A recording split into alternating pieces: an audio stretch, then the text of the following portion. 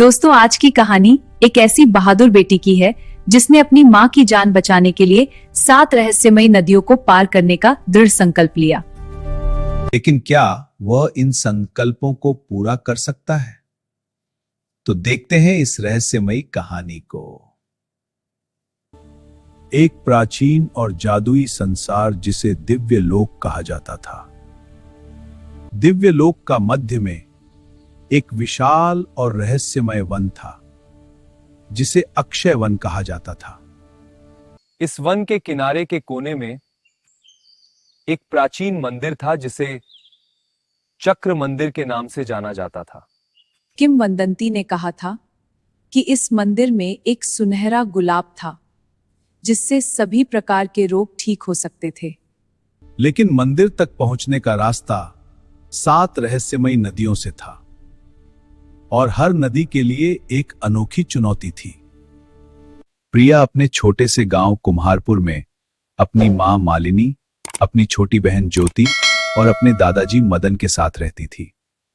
प्रिया के पिता की कुछ समय पहले ही मौत हो गई थी, इसीलिए घर पर जिम्मेवारी प्रिया और उनकी मां के कंधों पर हाथ रखा गया था।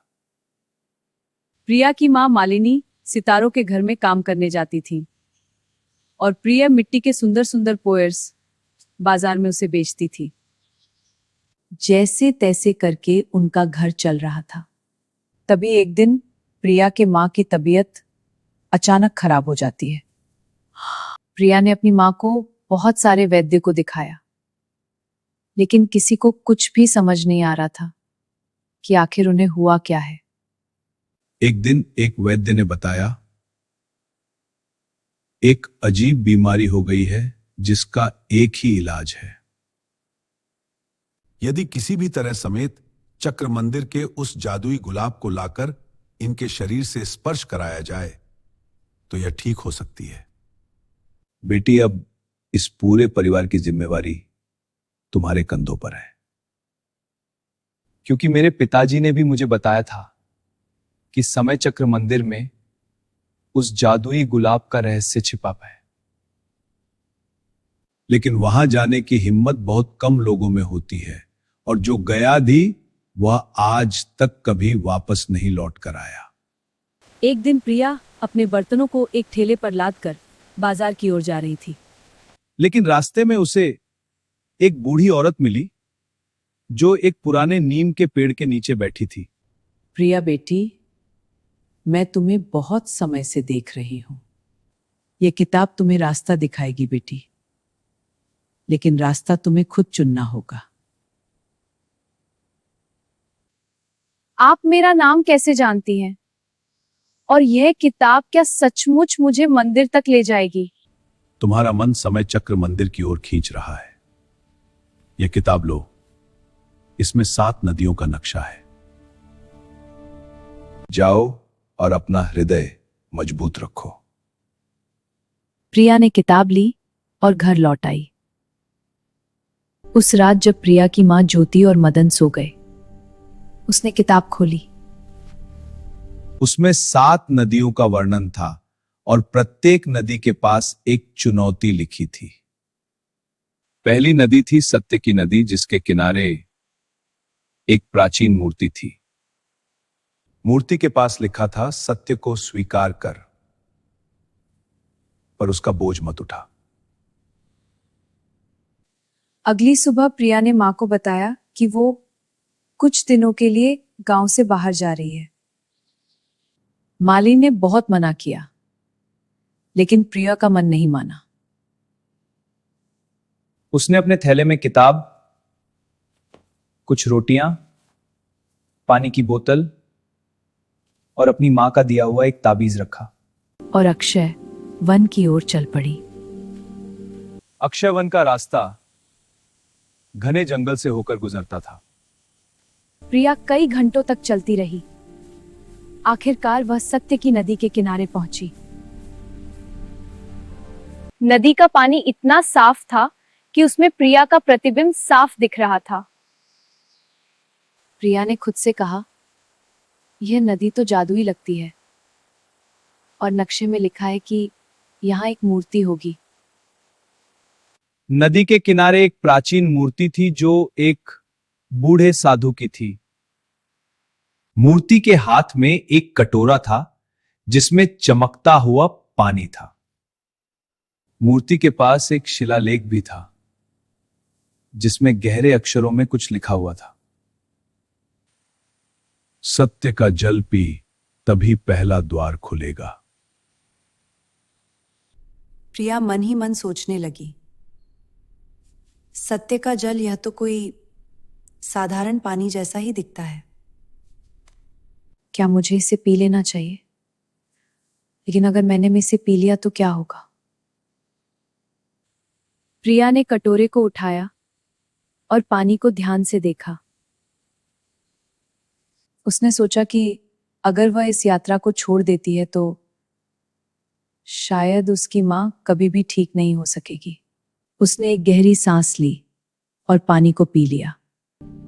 जैसे ही पानी उसके होठों को छुआ, उसके सामने उसका पूरा जीवन चित्रों की तरह उभरने लगा।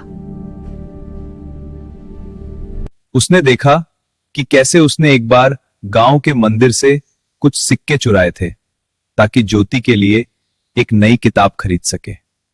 उसने यह भी देखा कि कैसे उसने अपनी मां से झूठ बोला था कि वह बीमार है ताकि वह एक दिन अपनी कार्यशाला में आराम कर सके। अरे ये क्या हुआ है? यह पानी, यह तो मुझे मेरे सारे सच दिखा रहा है। मैंने तो इन बातों को भूलने की बड़ी कोशिश की थी। क्या मैं वाकई इतनी गलत हूं? तभी मूर्ति की आंखों में एक चमक उठी और अचानक वहां एक बूढ़ा साधु प्रकट हुआ। प्रिया चौंक कर पीछे हट गई। उसका दिल जोर जोर से धड़क रहा था। कौन कौन है आप? और आप यहां अचानक कहां से आ गए? अरे अरे, डरो मत प्रिया, मैं कोई भूत नहीं हूं। मैं तो सत्यनाथ हूं, इस सत्य की नदी का रक्षक। तुमने सत्य का जल पी लिया, लेकिन सत्य को सहन करना इतना आसान नहीं है बेटी। मेरी चुनौती है कि तुम्हें अपने जीवन का एक ऐसा सच बताना होगा जिसे तुमने कभी किसी से नहीं कहा। यदि तुम्हारा सच शुद्ध है तभी पहला द्वार खुलेगा। लेकिन अगर तुम झूठ बोलोगी तो यह नदी तुम्हें अपने साथ बहा ले जाएगी।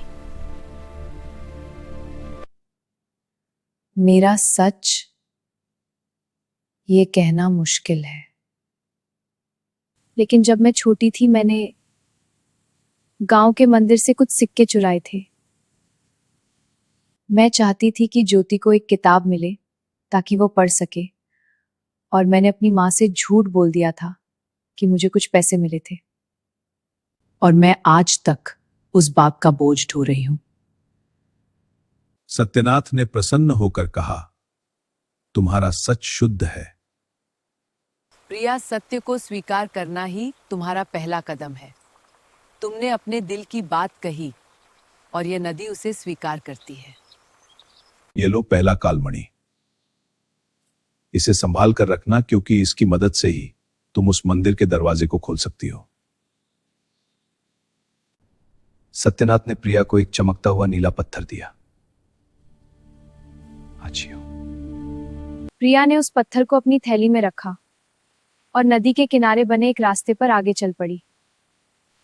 जंगल इतना घना था कि सूरज की किरणें भी जमीन तक नहीं पहुंच रही थी। प्रिया को हर कदम पर सावधानी बरतनी पड़ रही थी। कई घंटों की यात्रा के बाद वह विश्वास की नदी के किनारे पहुंची। इस नदी का पानी सुनहरा था, मानो उसमें सूरज की किरणें समाई हो। प्रिया ने खुद से कहा, यह नदी तो सूरज की तरह चमक रही है और नक्शे में तो लिखा है कि यह विश्वास की नदी है। लेकिन मुझे यहां करना क्या होगा? नदी के किनारे एक प्राचीन वृक्ष था। उसकी शाखाएं नदी के ऊपर झुकी हुई थी। तभी वृक्ष की शाखाओं से एक सुनहरा मोर उतरा। उसके पंखों में इंद्रधनुष की चमक थी। अरे ये क्या, एक मोर! और ये अचानक यहाँ कैसे उतरा? क्या यह मुझे आगे का रास्ता दिखाने वाला है?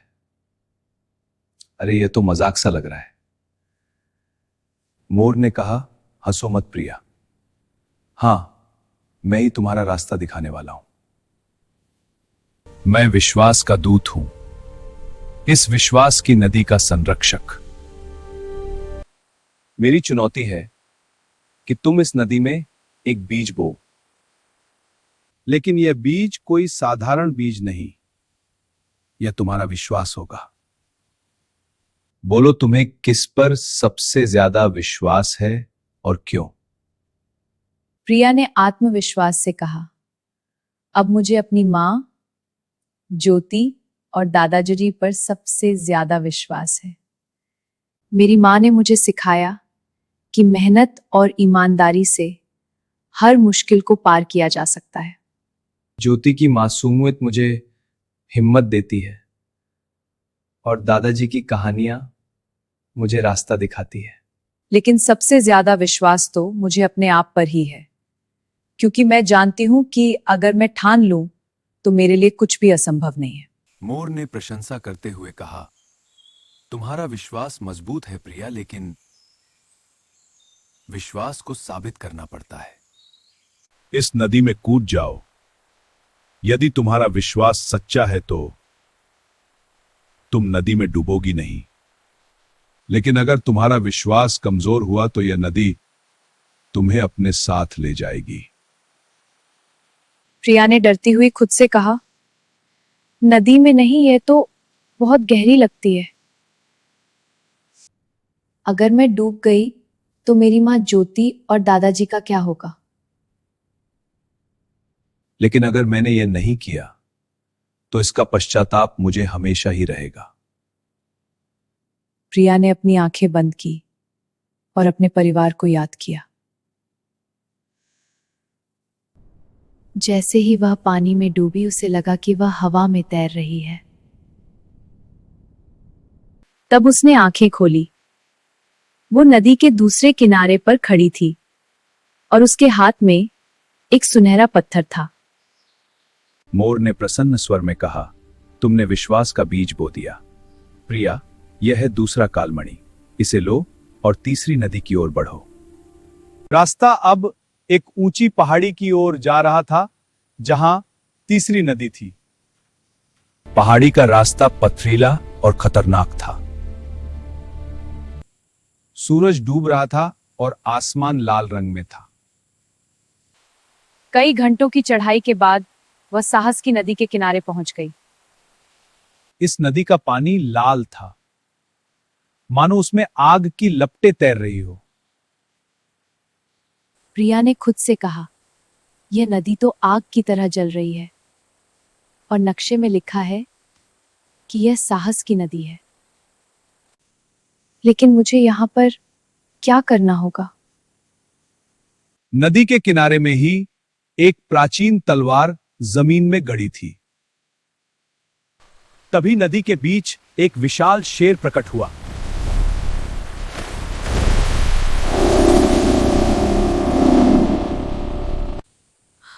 अरे बाप रे, यह शेर कहां से आ गया? शेर ने हंसते हुए कहा, शांत हो जाओ प्रिया, मैं तुम्हें खाने नहीं आया। मैं साहस का स्वामी हूं, इस साहस की नदी का रक्षक। मेरी चुनौती है कि तुम मेरे साथ युद्ध करो। यदि तुम जीती तो तीसरा कालमणि तुम्हारा होगा, लेकिन अगर तुम हारी तो यह नदी तुम्हें अपनी आग में भस्म कर देगी। युद्ध? अरे मैंने तो कभी तलवार तक नहीं उठाई। मैं भला तुम्हारा मुकाबला कैसे कर सकती हूं? मैं तो बस एक साधारण सी कारीगरन हूं।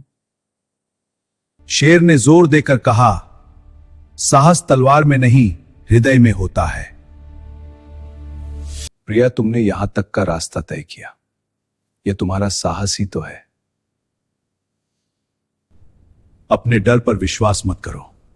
अपने अंदर की शक्ति को पहचानो और उठाओ इस तलवार को। मुझे डर लग रहा है लेकिन मैं इससे भाग नहीं सकती।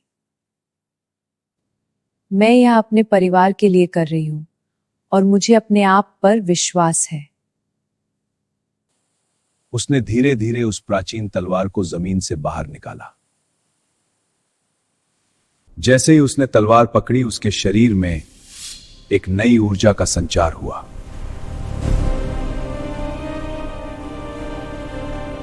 उसका डर अब धीरे धीरे साहस में बदल रहा था। प्रिया ने दृढ़ता से कहा, मैं तैयार हूं। शेर ने गर्जना की और युद्ध शुरू हो गया।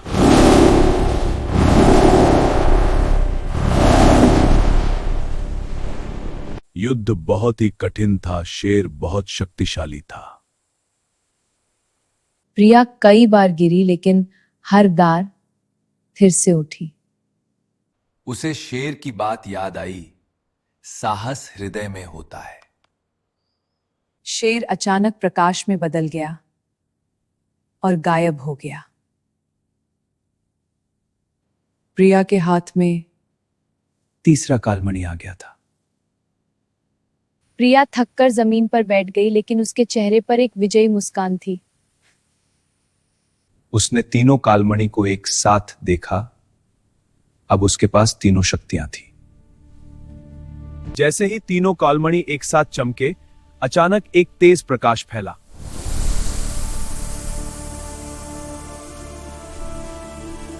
उस प्रकाश से एक दिव्य स्त्री प्रकट हुई। वह वही साध्वी थी जिसे प्रिया ने जंगल में देखा था। साध्वी ने मुस्कुराते हुए कहा, प्रिया, तुमने तीनों परीक्षाएं पार कर ली। ज्ञान, विश्वास और साहस, यह तीनों जीवन की सबसे बड़ी शक्तियां हैं। तुमने यह साबित कर दिया कि तुम इन तीनों की सच्ची अधिकारी हो। इस शक्ति से तुम अपने राज्य को बचा सकती हो। प्रिया ने विनम्रता से कहा, आपका बहुत धन्यवाद माता।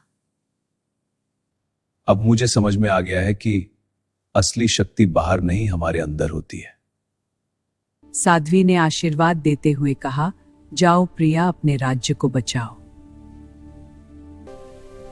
अब उसके कदमों में पहले से ज्यादा आत्मविश्वास था। यह तीनों कालमणि मिलकर एक दिव्य शक्ति बनाते हैं। प्रिया ने तीनों कालमणि को अपनी मुट्ठी में कसकर पकड़ा और वापस चल पड़ी। उसकी आंखों में एक नया संकल्प था, अपने राज्य और अपने लोगों को बचाने का। जब प्रिया वापस अपने राज्य पहुंची तो वहां का दृश्य देखकर वह हैरान रह गई। पूरा राज्य अंधकार में डूबा हुआ था और हर तरफ डर और निराशा का माहौल था। राजमहल के ऊपर काले बादल छाए हुए थे और बिजली चमक रही थी। लोग अपनी जान बचाने के लिए इधर उधर भाग रहे थे। प्रिया ने दृढ़ता से कहा, अब समय आ गया है इस अंधकार को खत्म करने का। वह सीधे राजमहल की ओर बढ़ी, जहां दुष्ट शक्ति का स्रोत था। राजमहल के अंदर राजमाता अपने काले जादू से और भी शक्तिशाली हो चुकी थी। वह एक विशाल काले सिंहासन पर बैठी थी और उसके चारों ओर अंधेरी ऊर्जा घूम रही थी। प्रिया को देखते ही वह हंसने लगी। तुम वापस आ गई प्रिया, और लगता है तुमने तीनों कालमणि भी हासिल कर लिए। लेकिन अब बहुत देर हो चुकी है। मैं अब पहले से कहीं ज्यादा शक्तिशाली हूं।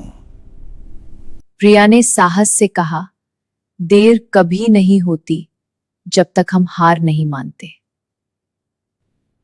आज इस अंधकोवा का अंत होगा।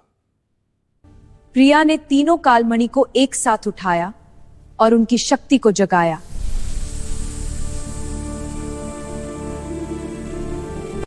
एक तेज प्रकाश निकला जिसने पूरे महल को रोशन कर दिया।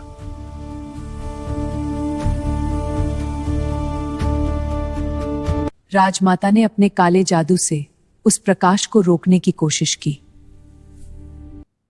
लेकिन प्रिया की शक्ति अब उससे कहीं ज्यादा थी। प्रकाश ने अंधकार को धीरे धीरे खत्म करना शुरू कर दिया। राजमाता चीखते हुए बोली, नहीं, यह असंभव है। मेरा काला जादू इतना कमजोर नहीं हो सकता। यह जादू नहीं, ये सच्ची शक्ति है।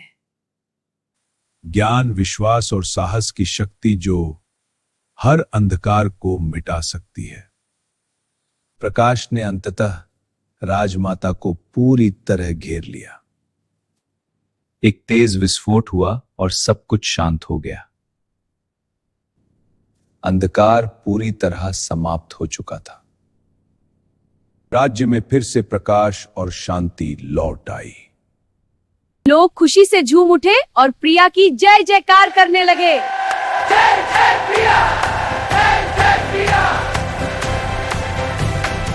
प्रिया अब सिर्फ एक साधारण कारीगर नहीं थी, वह अपने राज्य की सच्ची नायिका बन चुकी थी। उसने साबित कर दिया कि सच्ची शक्ति हमारे अंदर ही होती है। और अगर हम खुद पर विश्वास करें तो कोई भी मुश्किल हमें रोक नहीं सकती। इस तरह प्रिया की कहानी हमें यह सिखाती है कि जीवन की सबसे बड़ी शक्तियां हमारे अंदर ही छिपी होती हैं। ज्ञान हमें सही रास्ता दिखाता है, विश्वास हमें आगे बढ़ने की ताकत देता है, और साहस हमें हर डर से लड़ने की हिम्मत देता है। अगर आपके पास ये तीनों हैं, तो आप किसी भी चुनौती को पार कर सकते हैं। तो इस कहानी से सीख लेकर अपने जीवन में भी इन शक्तियों को अपनाइए। और याद रखिए, असली जीत बाहर नहीं, अपने अंदर होती है। धन्यवाद।